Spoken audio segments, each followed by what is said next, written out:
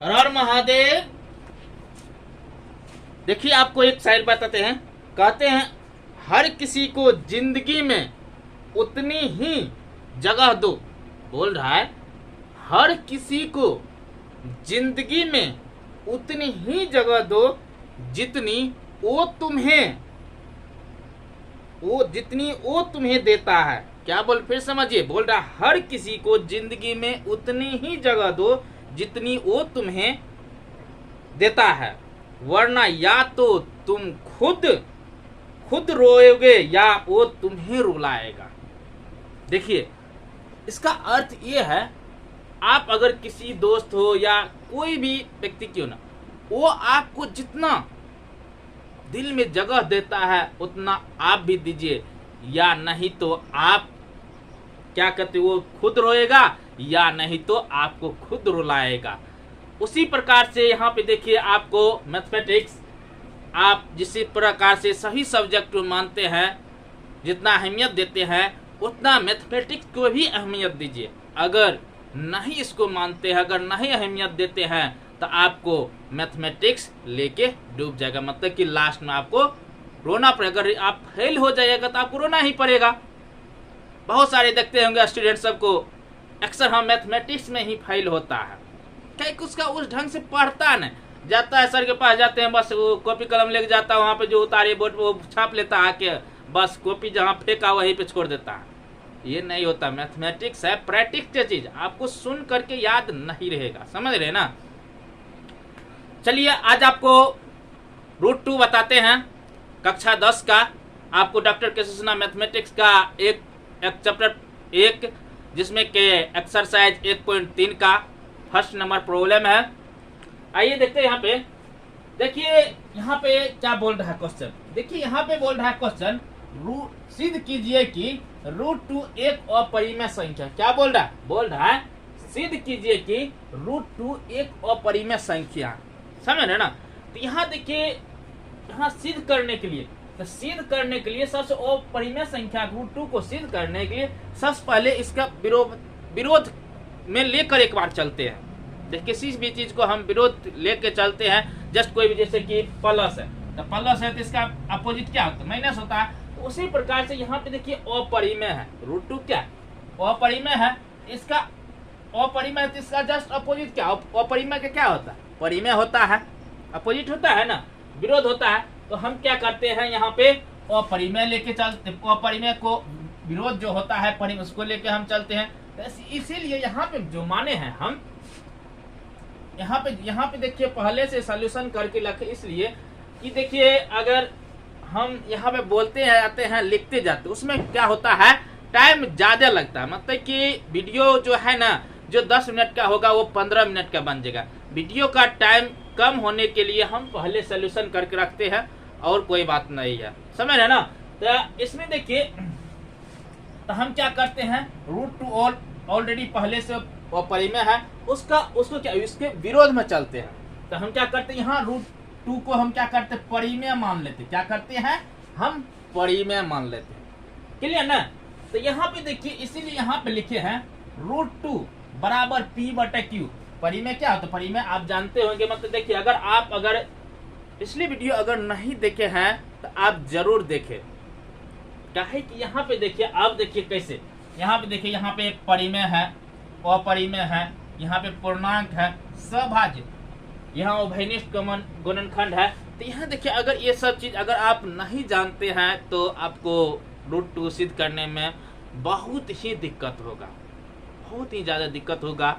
इसीलिए आपको कहते हैं पिछले वीडियो जरूर देखें, पिछले वीडियो आप जरूर देखें, ताकि आपको √2 को सिद्ध करने में सुविधा हो और अच्छे से समझेगा। और किसी भी चीज को अगर शुरुआत से करते हैं, शुरुआत से देखते हैं तो बहुत ही अच्छा लगता है। अगर देखते होंगे मूवी भी अगर देखते होंगे, अगर शुरू से आप नहीं देखते हैं तो अच्छा नहीं लगेगा।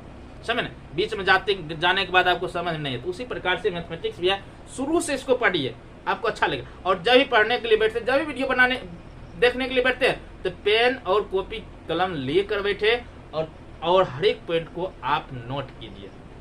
समझ रहे ना। तो देखिए वही यहाँ पे देखिए, अगर पिछली वीडियो नहीं देखे तो आप जरूर देखें। तो यहाँ पे देखिए क्या किए, तो परिमेय संख्या क्या होता है? पी बटे क्या आप लोग डिफिनेशन बताए थे, परिमेय संख्या उसे कहते हैं जिसे हम पी बटे क्यू मतलब कि पूर्णांक बटे पूर्णांक के रूप में। तो यहाँ पी बटे क्यू, पी जो है पी और क्यू क्या है? एक पूर्णांक परिमेय माने, क्या माने हैं?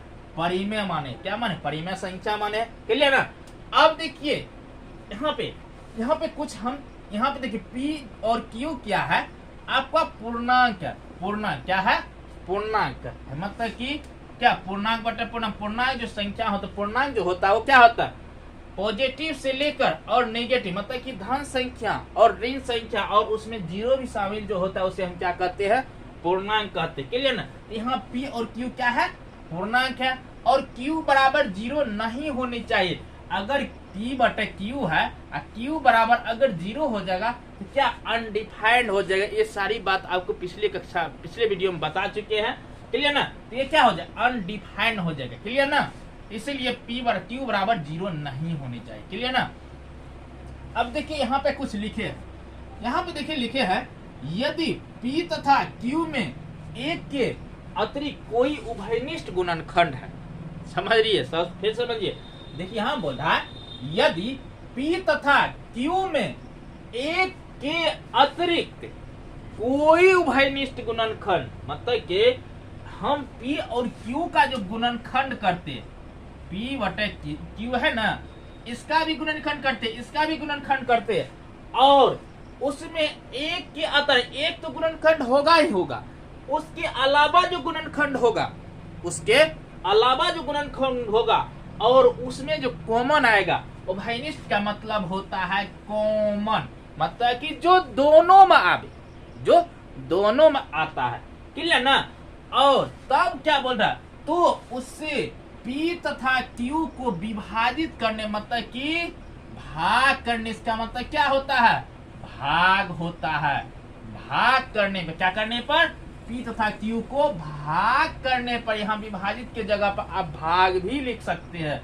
आसान रहेगा, इजी भाषा है। तो क्या होगा? तो पी तथा और क्यू क्या करना? भाग करना। मतलब अब देखिए जैसे कैसे, देखिए जैसे यहाँ पे 4/6 लेते हैं, 4 का गुणनखंड करते कितना? 1 होगा, 2 होगा, 2 होगा। 6 का गुणनखंड 1 इंटू 2 और 2 इंटू 3 होगा ना। अब देखिए 1 तो गुणनखंड है ही, है ना? हम देखिए 1 तो गुणनखंड बोल रहा है ना, 1 के अतिरिक्त कोई गुणनखंड। यहाँ पे देखिए 1 तो है ही, उसके अलावा देखिए यहाँ पे 2 भी कॉमन है ना? दोनों में 2 है कि नहीं?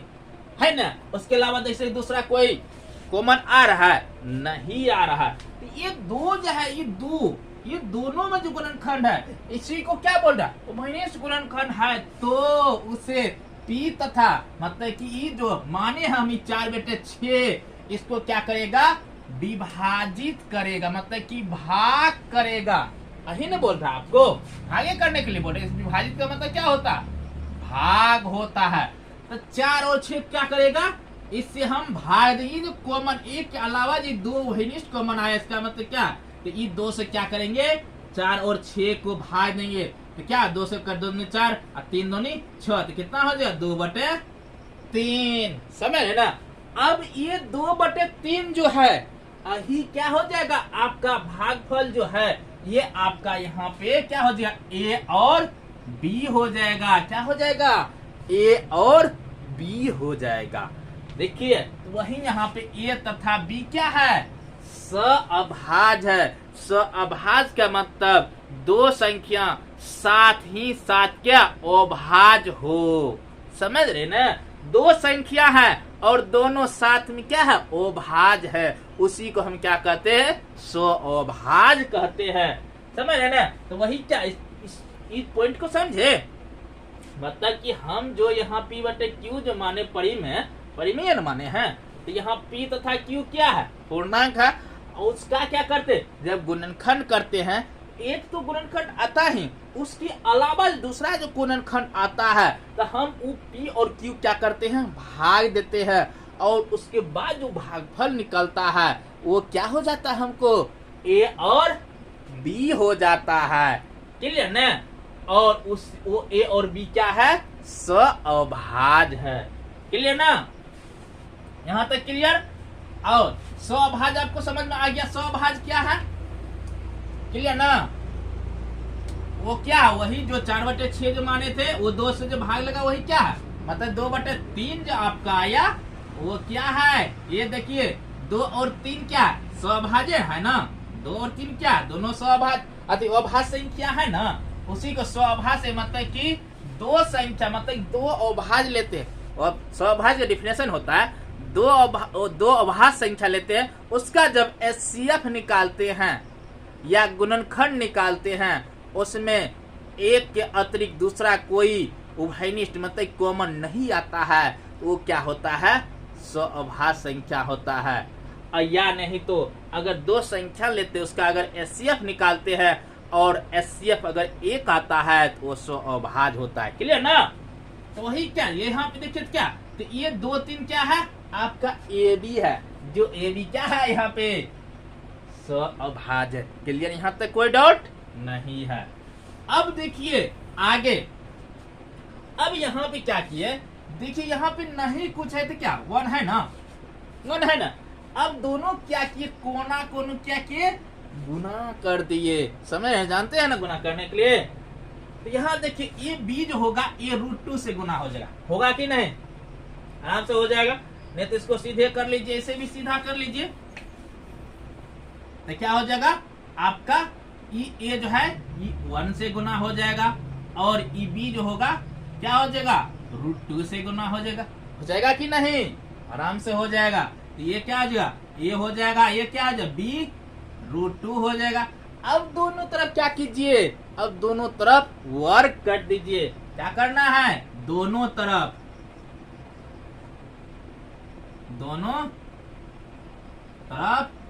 वर्ग करने पर, अब दोनों तरफ वर्ग का मतलब होता है स्क्वायर, समझ रहे ना बच्चे।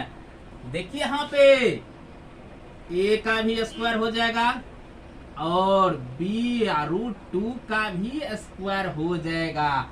अब देखिए ए का जो स्क्वायर करते हैं तो वो क्या हो जाएगा, ए स्क्वायर हो जाएगा, और बी √2 का स्क्वायर करते क्या बी स्क्वायर हो जाएगा ना।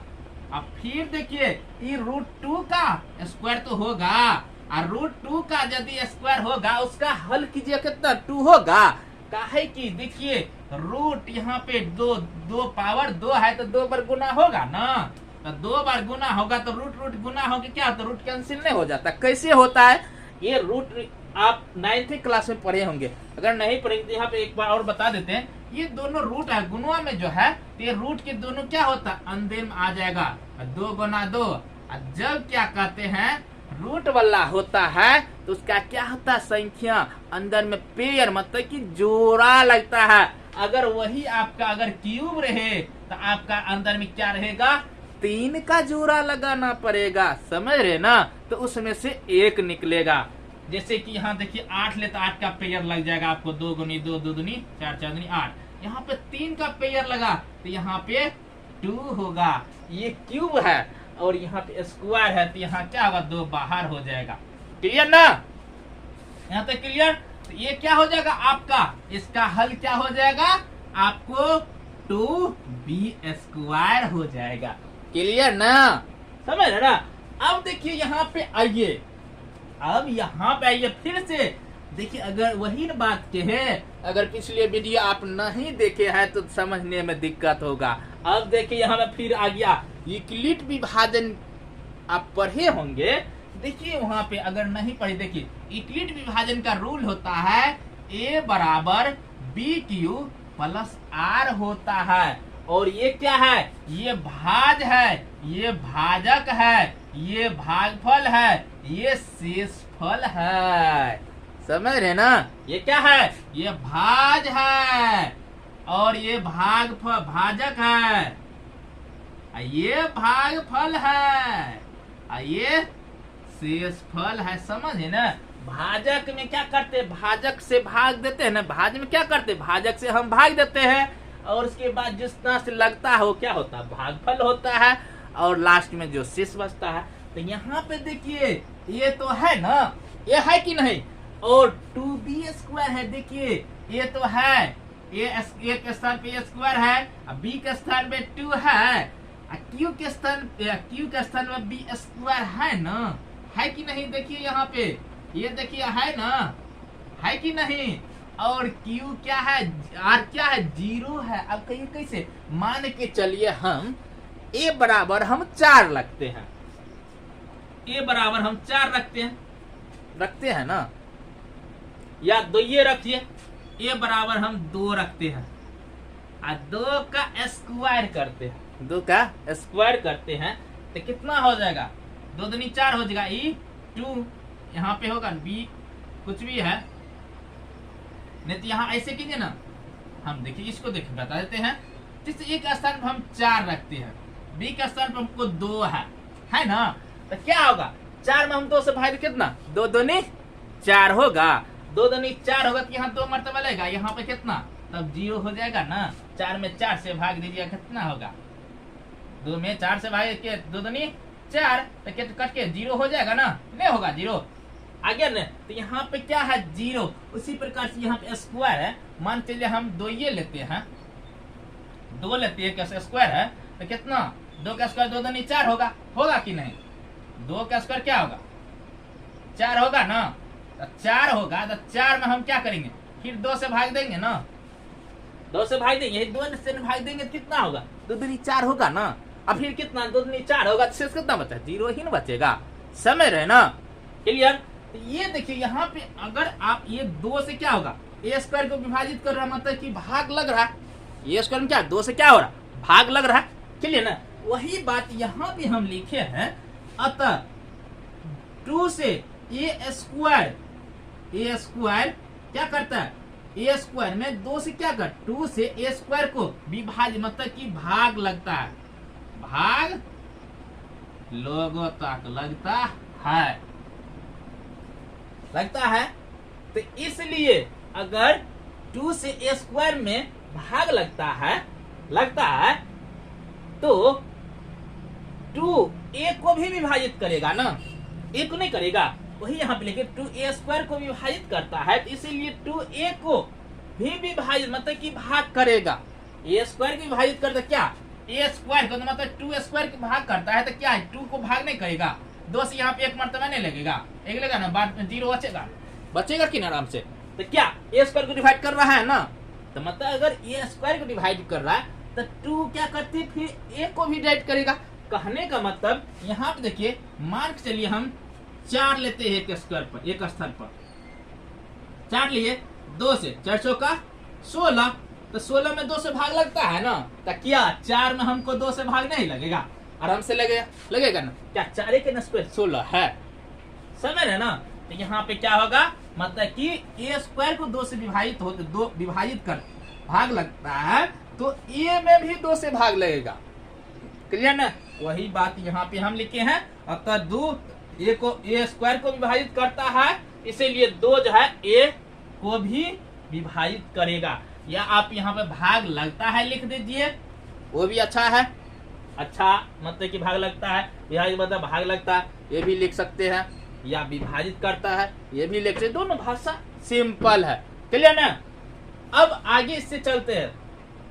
अब देखिए यहाँ पे, अब देखिए यहाँ जो है, अब जो ये 2 से ए स्क्वायर को विभाजित करता है तो कुछ तो भागफल होता होगा, कुछ तो भागफल होगा ना। जैसे यहाँ पे देखिए हम 16 में अगर 4 में 2 से भाग लगता है तो 2 तो भागफल होता है ना।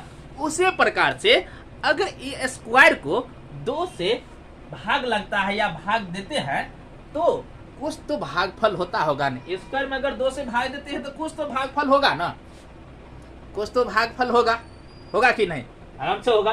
तो वही क्या किए, कुछ जो भागफल होगा उसको हम क्या किए, यहाँ पे हम सी मान लिए। क्या मान लिए? सी मान लिए।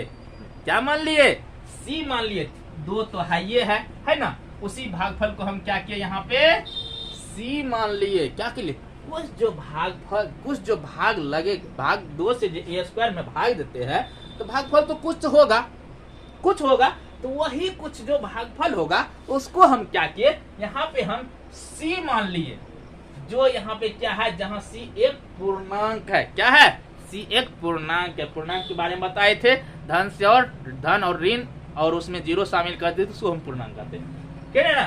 तो क्या यहाँ पे क्या हो जाए, a बराबर 2c हो जाएगा, वही जो भागफल कुछ होगा तो उसको हम c मान लिए, तो क्या हो जाए a बराबर 2c हो जाएगा। अब देखिए अब क्या किए, फिर इसको हम क्या किए, समीकरण 1 माने थे, इसको क्या माने, समीकरण 1, और इसी समीकरण में यहाँ पे क्या हमको आ रहा है, a बराबर 2c आ रहा है ना, आ रहा है ना। तो यहाँ समीकरण 1 जो है, तो यहाँ पे a है, हमको a बराबर यहाँ 2c है, तो क्या इसके स्थान पे हम a का वैल्यू रख सकते हैं ना, तो वही यहाँ पे लिखे हैं समीकरण 1 में a का मान रखने पर, क्या किए हैं, समीकरण 1 में a का मान रखने पर, क्लियर ना, समझ रहे ना, कहाँ से समीकरण a है, यहाँ पे a स्क्वायर बराबर 2b स्क्वायर, समझ रहे ना।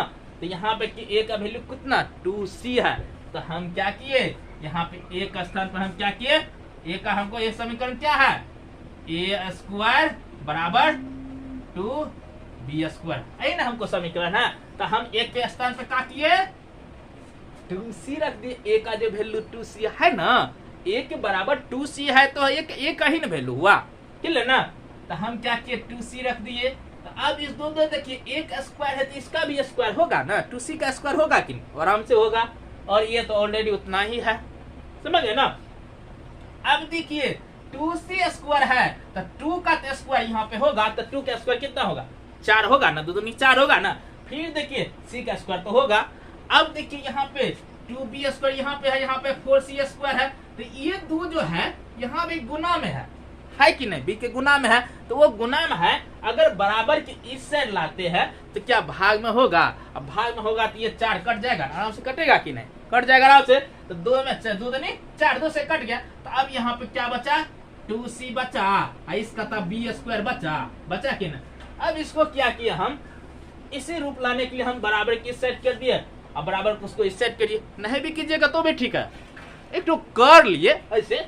तो देखिए अगर बराबर की सेट करते हैं, अब कहिएगा इसमें नेगेटिव पॉजिटिव भी, अब जैसे कि बराबर की सेट लाते हैं तो माइनस होता है, उस पर लाए तो प्लस होता है, मान के चलिए हम b को इस पर लाए तो माइनस b स्क्वायर होगा, अब 2c के स्क्वायर उसे ले जाए तो माइनस 2c स्क्वायर होगा, तो देखिए दोनों का माइनस से ना है, तो दोनों माइनस नहीं कैंसिल हो जाएगा, आराम से होगा कि नहीं, आराम से हो जाएगा, तो पॉजिटिव में रह गया, इससे कोई प्रभाव पड़ा नहीं। अगर दोनों बराबर में दोनों संख्या रहे, बराबर की इस साइड कीजिए या बराबर की उस साइड कीजिए, उससे कोई प्रभाव नहीं पड़ता, क्लियर ना, यहाँ तक क्लियर। यही बात जो बात यहाँ पे देखिए a स्क्वायर को 2 डिवाइड करता था, देखिए यहाँ पे वही बात हो रहा है, b स्क्वायर को 2 से भाग लग रहा है, b स्क्वायर में 2 से भाग लगेगा के, आराम से लगेगा के, वही बात यहाँ पे लिखे फिर, अतः 2b स्क्वायर को विभाजित मतलब कि भाग करेगा, भाग करता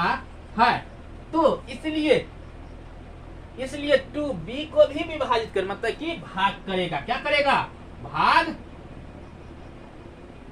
क्या करेगा, भाग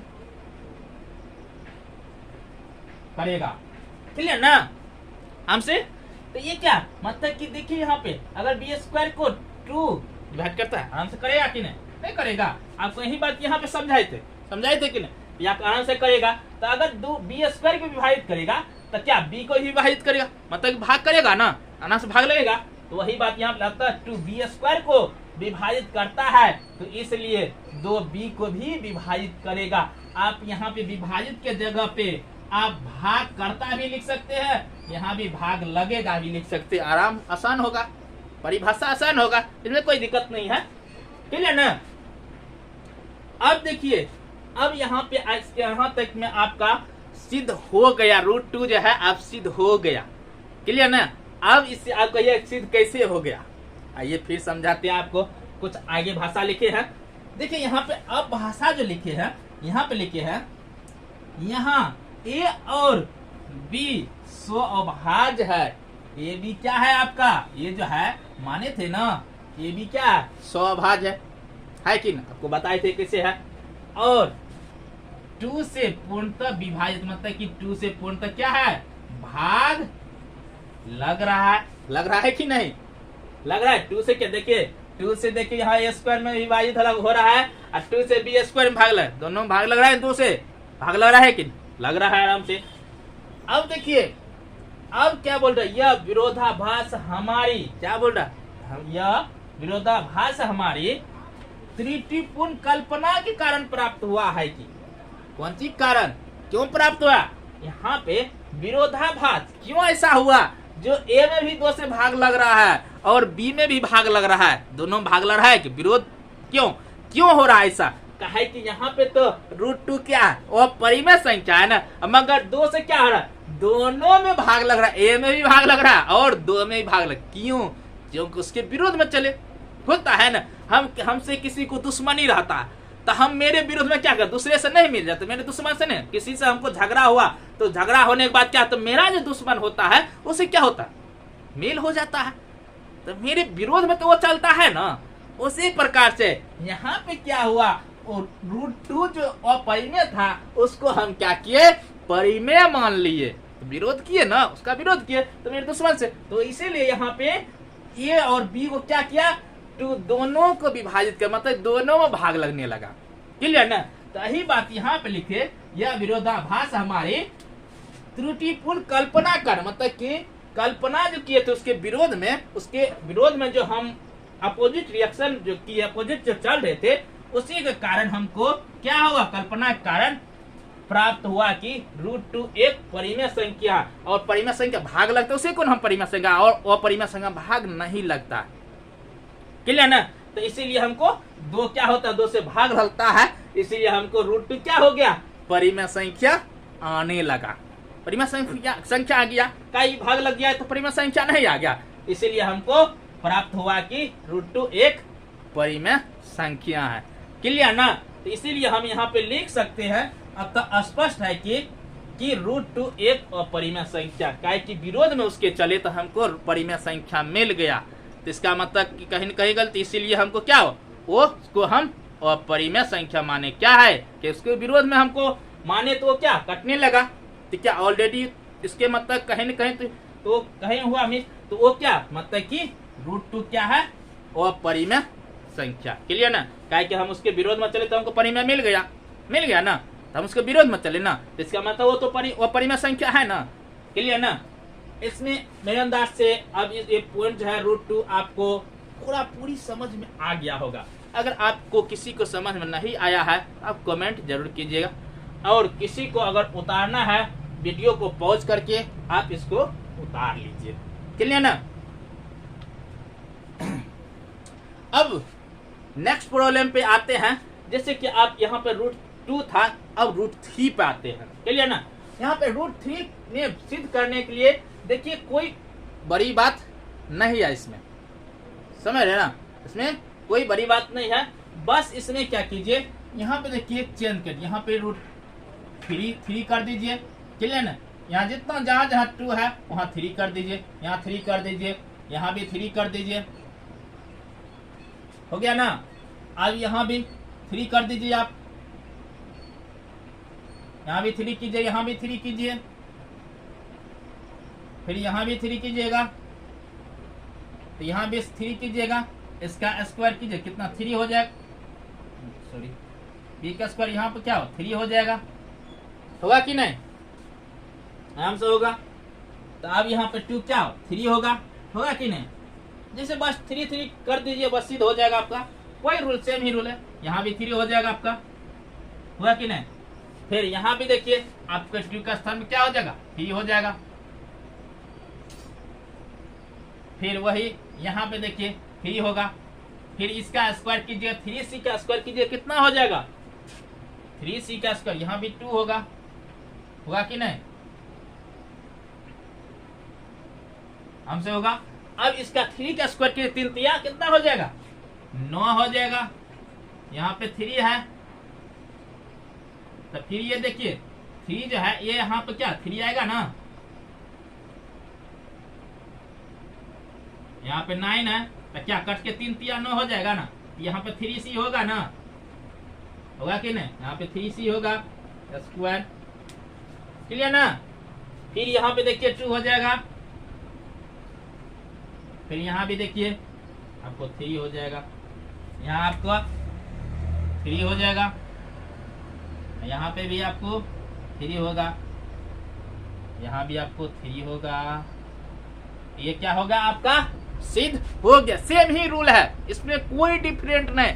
जितना वहां पे √2 में क्रिया किए उतना ही क्रिया यहाँ भी √3 में भी करना है। क्लियर ना। इसके बाद अगर आप √5 लेते हैं, इसके बाद √5 लेते हैं तो आपको यहाँ पे क्या करना, फिर देखिए √5 यहाँ पे चेंज कीजिएगा, √5 फिर यहाँ पे भी क्या हो जाएगा √5 होगा, और जहाँ जहाँ 3 था वहाँ आप 5 कर दीजिए, यहाँ भी 5 हो जाएगा, होगा कि नहीं।